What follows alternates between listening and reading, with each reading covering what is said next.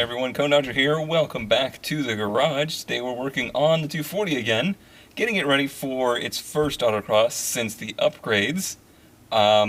We nearly had its first autocross about a month ago. However, after a long couple weeks of really getting some of the big details worked out so that we could get there, ended up not being able to get the car onto the trailer that I had rented. It was a really frustrating situation that has sort of been resolved.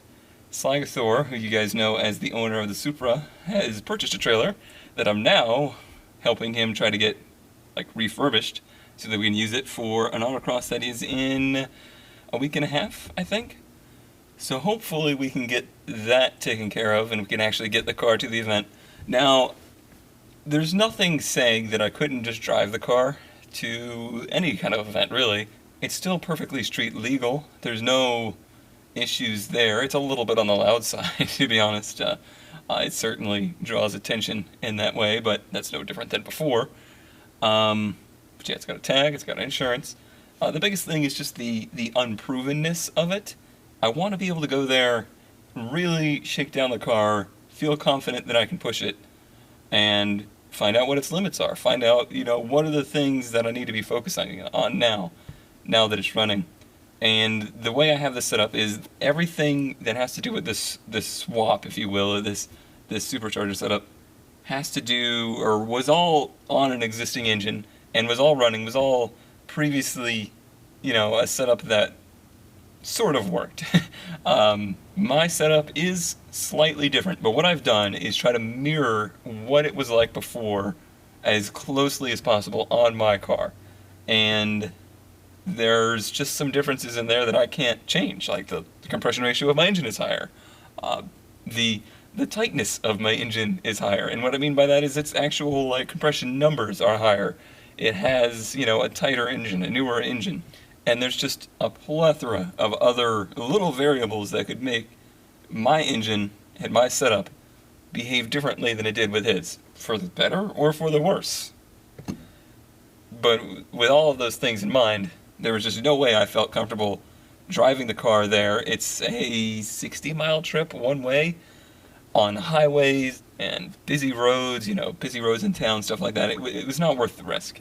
So besides that, what I had gotten done before I was getting ready for that event was a couple little updates, little upgrades, just to make it go a little bit more smoothly.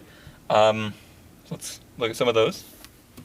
Alright, so here you can see one of the things that is different is the shift knob. I got tired of the old Nissan hardbody shift knob that I had before, and ever since I've been driving the Solstice, I noticed I prefer a ball style shift knob. But yeah, I much prefer this. It's much more crisp, it's heavier, and I like that it's heavier because it helps you get into gear a little bit easier. It's just a cheap, standard style white shift knob.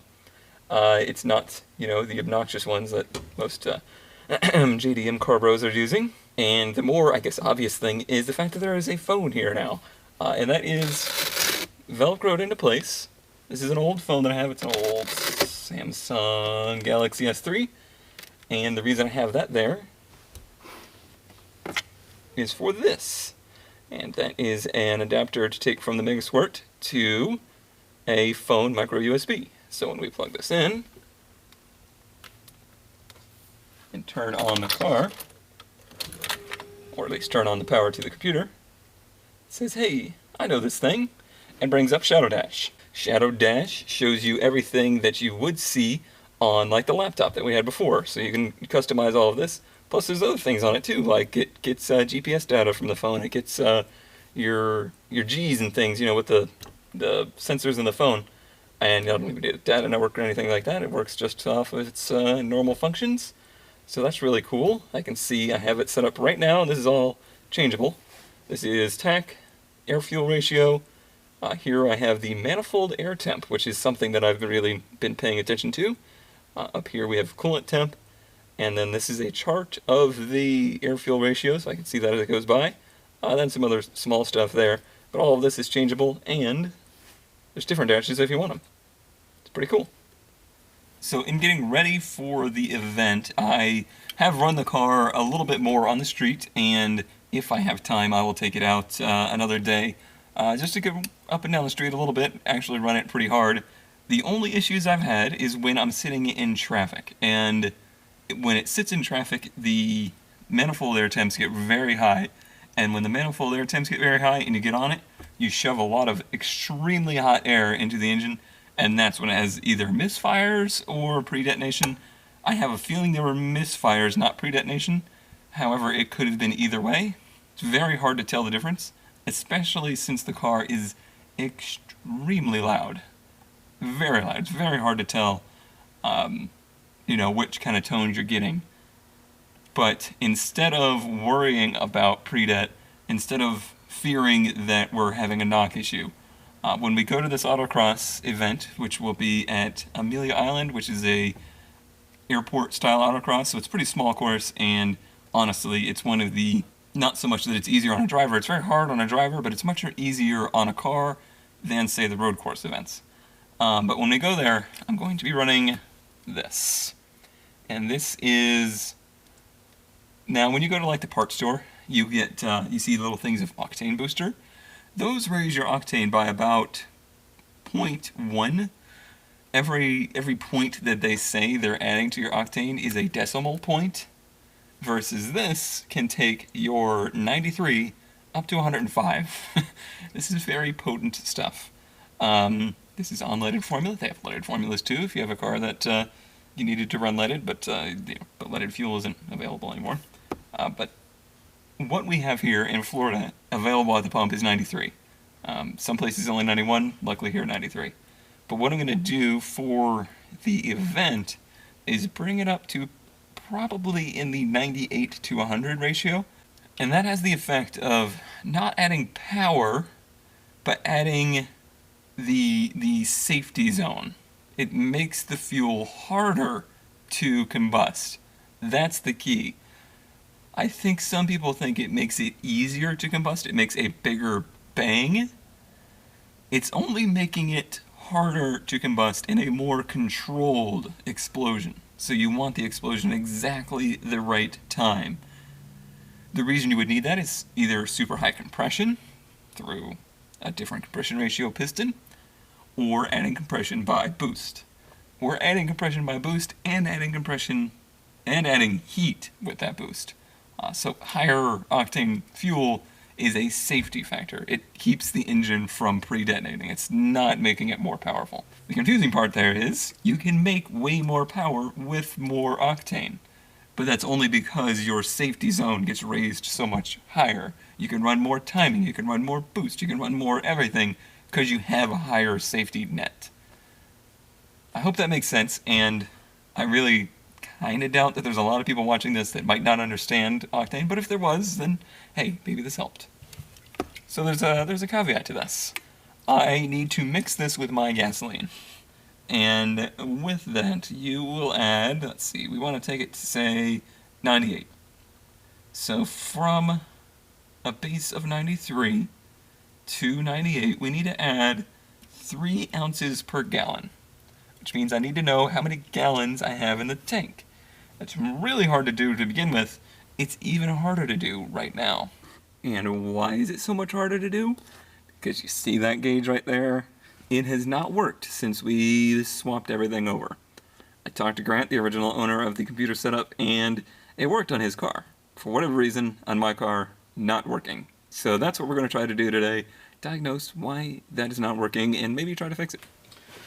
So we're going to start here in the trunk. And what we're going to do is start with here with the wiring for the fuel pump. Start with here, for here, whatever. We're going to start with the wiring for the fuel pump. And this is not only for the fuel pump, it's also for the sender. That is also where the float is. Now, previous to this, I already took apart this whole assembly to make sure the float was still, well, floating. And it is. So we know the problem is not with the actual float for fuel. That's picking up signal, and I measured to make sure that that's outputting signal. It's doing that. So what I need to make sure first is that that signal is getting to here. So we can measure that. We can measure basically how this works. And let me get the multimeter. Alright, so in order to test this, and this might be wrong, but this is just what I've found, is that in order to test the correct resistance of that line, you need to have the same ground as the circuit. My first inclination was to just use any old ground, like, this, or, the chassis, somewhere clean and metal. It doesn't work that way. It seems as though you need to have this same ground that is in the system. Luckily, that ground is available to us. So there we go, we got that there. Unfortunately, you're not probably going to be able to see the screen here, but if we get that. So this system works on a roughly 0 to 90 ohm scale. So we have the multimeter set to 200 on the ohms, and that's 0 to 999 basically. And look at that ground. That's where it would be great to have a third hand. Fortunately, evolution was not kind to us. Okay, so now let's go to that pin, which is the bottom one here. What do we have? 58. So on a scale of about 8 to 90, we have a 55. So empty would be somewhere in the 75 to 80 range. So we still have some fuel in there. But that's not a particularly awesome way to have your fuel gauge. Personally, I would prefer if the fuel gauge actually responded up there. So now what I need to do is get into the gauge cluster and see if I can find the wire that should be green and blue on the actual gauge cluster, and see if it has the same ohm reading to it. If it does, the gauge cluster has failed. If it doesn't, we need to run a wire from here up to the gauge cluster to get it to work.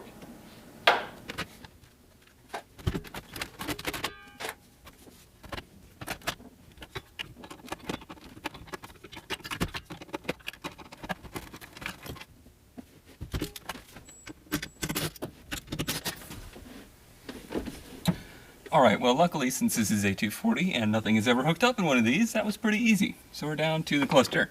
And you might be wondering, what the hell is going on around that cluster? Why is it wood grained? So I had a roommate for a while who got into hydro dipping, I think it was called, where you would put a film on water and then press something through it and it would apply the graphic to it. And he was doing all of his experiments with that stuff and was in need of something to do, and I said, sure, do the gauge cluster surround. And it's been like that ever since. It's gotta go though. I'm tired of it, to be honest. Alrighty, so there is the back side of our cluster, and because someone at Nissan was pretty clever, they went ahead and labeled all of these lines. But let's go ahead and see if we can find a green and blue wire, which I think I may actually see it already. Right there. And that green and blue wire goes to FM, which might just be fuel management. I don't know. So that is indeed a green and blue wire. And that one goes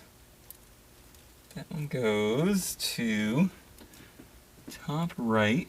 It's the only green and blue wire. Top right definitely goes to FM and definitely goes directly to the gauge.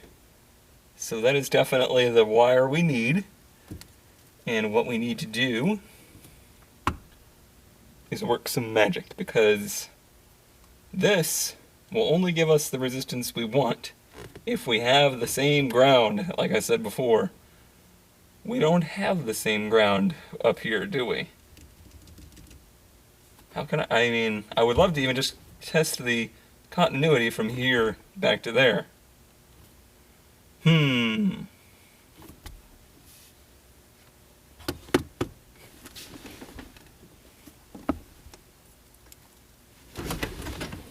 Alright, while I'm up here, I might as well test my theory. So let's see. We'll give it a good ground. We got the bar going across there. That'll be great. And to here. Nothing. As expected. So we need the same ground. How can we do? Okay, so theory number one. I've got it hooked up back here. I've got the multimeter in the middle of the car, and we're gonna see if we can reach. Okay.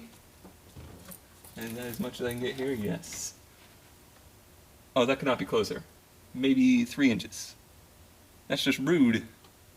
Alright, for confirmation of theory, I've hooked up a wire from the ground up to the multimeter, so that I can now use the multimeter on that connection and can confirm not working. Also need to test the validity of the test. Test the test. There we go. There's a result. So the setup is good, the line is not. So now I have a super fun time running this wire all the way from back here up there to the gauge cluster. Not looking forward to it.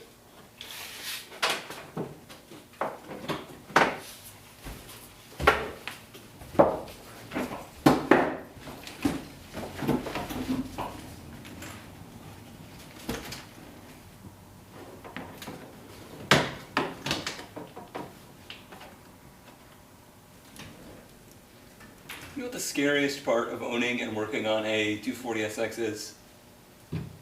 This thing. You know how many times I've been nearly knocked unconscious by this hatch falling? Far too many. But hey, now it can happen on camera.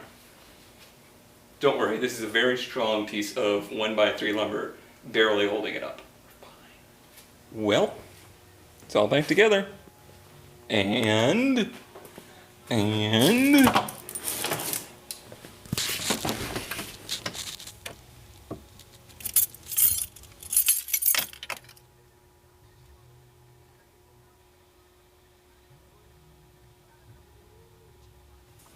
So there we go, a working fuel gauge.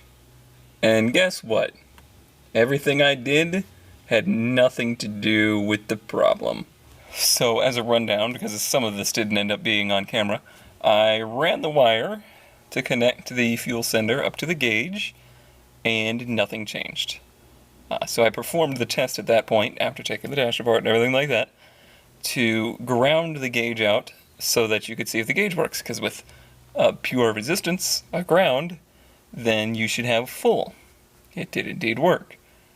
After much futzing around, seeing if maybe it was the trip light sensor that didn't make it work, which is a ground-based sensor, after many things, it ended up being that I pulled a socket off of the rear of the car for a license plate light to put on Brent's car. Way back when we were trying to figure out some of the issues with that car. And I did that so that I could drive it on the street because it didn't have any plate lights. Turns out that the ground for the fuel sending unit also goes through said light. All of that trouble was caused by this, which previously wasn't connected. Doesn't have a bulb in it, but the bulb doesn't matter, just that the socket is still connected because the ground passes through it. Fun times. So that will do it for this time in the garage. The next time you see a video about this car, it should be loading it up and bringing it to Autocross, and I plan to try and shoot as much as possible that day. Thor with me so he can maybe man the camera for some stuff, and overall that should be pretty exciting. So there will be footage from Autocross, and hopefully I'm going to try and do some, vlog style recording to just kind of go over how the day is going and stuff like that. So that should be good, that should be fun and interesting, and I have a fuel gauge now.